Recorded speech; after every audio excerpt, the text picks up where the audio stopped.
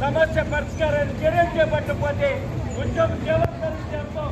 దానికి రాష్ట్ర ముఖ్యమంత్రి అనకాపల్లి జిల్లా పాయకరావుపేటలో ఆంధ్రప్రదేశ్ ముఖ్యమంత్రి వైఎస్ఆర్ పార్టీ అధినేత వైఎస్ జగన్మోహన్ రెడ్డి జన్మదిన వేడుకలు అట్టహాసంగా జరిగాయి.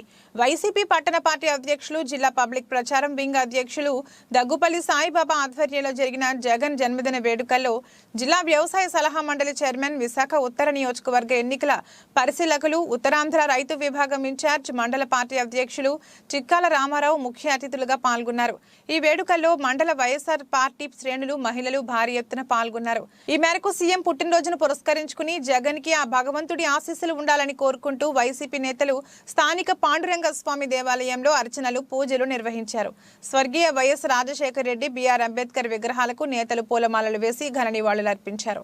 సర్వమత ప్రార్థనలు నిర్వహించి కేక్ కటింగ్ చేసి సీఎం కు జన్మదిన శుభాకాంక్షలు తెలియజేశారు. అనంతరం మహిళలకు దుప్పట్లు పంపిణీ, అన్నదాన కార్యక్రమాన్ని నిర్వహించారు.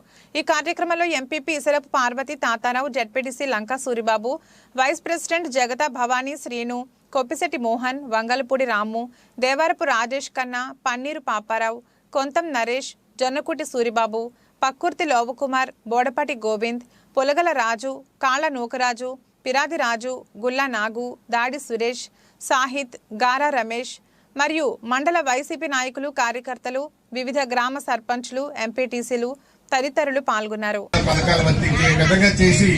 మహిళలే ఈవేళ ఏదైనా సరే ఒక కుటుంబం బాగుండాలన్నా, ఒక రాష్ట్రం బాగుండాలన్నా, అలాగే మీ దీవెనలతోటే జగన్మోహన్ రెడ్డి గారు మళ్లీ రెండోసారి మన రాష్ట్రానికి ముఖ్యమంత్రి అవడం ఖాయం.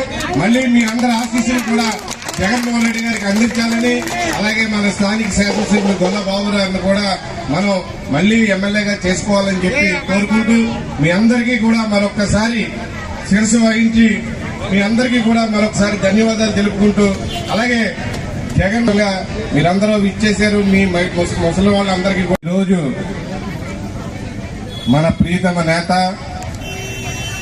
ఆంధ్ర రాష్ట్ర ముద్దుబిడ్డ, మన ముఖ్యమంత్రి వర్యులు వైఎస్ జగన్మోహన్ రెడ్డి గారి జన్మదినం సందర్భంగా ఈవేళ పాయకరావుపేట నియోజకవర్గంలో, పాయకరావుపేట ఇటు టౌన్ మండలంలో భారీగా విచ్చేసినటువంటి వైఎస్ఆర్ పార్టీ కుటుంబ సభ్యులందరికీ కూడా నా హృదయపూర్వక నమస్కారాలు.